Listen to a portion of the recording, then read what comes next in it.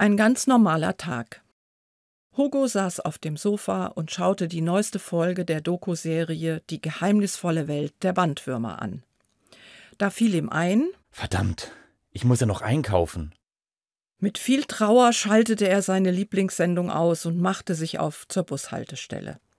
Dort saß Kingsley, seine Nachbarin, die laut die Nachkommastellen von Pi vor sich hin sagte. Hey Hugo, was ist die 3742. Stelle von Pi? 7. Ich sehe, du hast geübt. Kommst du also doch zur Pi-Meisterschaft nächsten Monat? Nein, du würdest mich nur blamieren. Ja gut, was anderes. Willst du mit dem Bus fahren? Ich warte hier schon 3 Stunden. Ich glaube, der kommt nicht mehr. Du solltest ein Taxi nehmen. Und du? Ich muss zu meiner Oma nach Fishcap Coast und Taxis fahren dort nicht hin. Wenn der Bus in einer halben Stunde nicht kommt, gehe ich wieder nach Hause. Und so ergab es sich, dass Hugo ein Taxi rufen musste, um zum nächsten Supermarkt zu fahren. Der war 9 Kilometer weit entfernt. Im Supermarkt traf er auf seinen besten Freund Rahul, der hier gleich um die Ecke wohnte. Hugo, schau dir das mal an. Eine aufblasbare Zeitmaschine mit argometrischer Zeitmodulation, 28 Gigawatt Praseodymm-Fluxkondensator und triphasischem Kyberreaktor. Und das alles nur für 139,99. Rahul, ich kann mir das doch nicht leisten. Der Bus fällt dauernd aus. Ständig muss ich mit dem Taxi fahren und das wird immer teurer.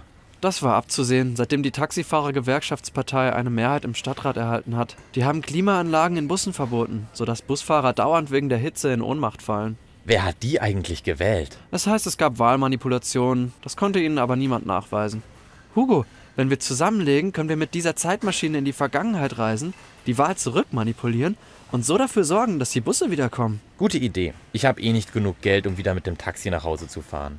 Nachdem die beiden die aufblasbare Zeitmaschine gekauft hatten, machten sie sich auf zu Rahuls Haus.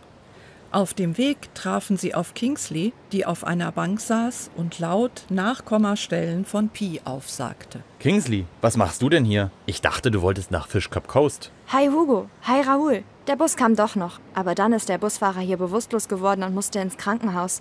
Deshalb bin ich jetzt hier gestrandet. Wir haben uns eine aufblasbare Zeitmaschine gekauft, um die letzte Stadtratwahl zu manipulieren, damit die Taxifahrer-Gewerkschaftspartei nicht gewählt wird und so die Busse wiederkommen. Willst du mitkommen und helfen? Jemanden wie dich mit deinen vom Nachkommastellen aufsagen trainierten Lungen können wir zum Aufblasen der Zeitmaschine gebrauchen. Sicher, ich habe ja eh nichts Besseres zu tun. Und so kam es, dass Hugo und Rahul in der Zeit zurückreisten, um die Wahl der Taxifahrer-Gewerkschaftspartei zu verhindern, nachdem Kingsley die Zeitmaschine aufgeblasen hatte und sie jetzt bediente. Ende.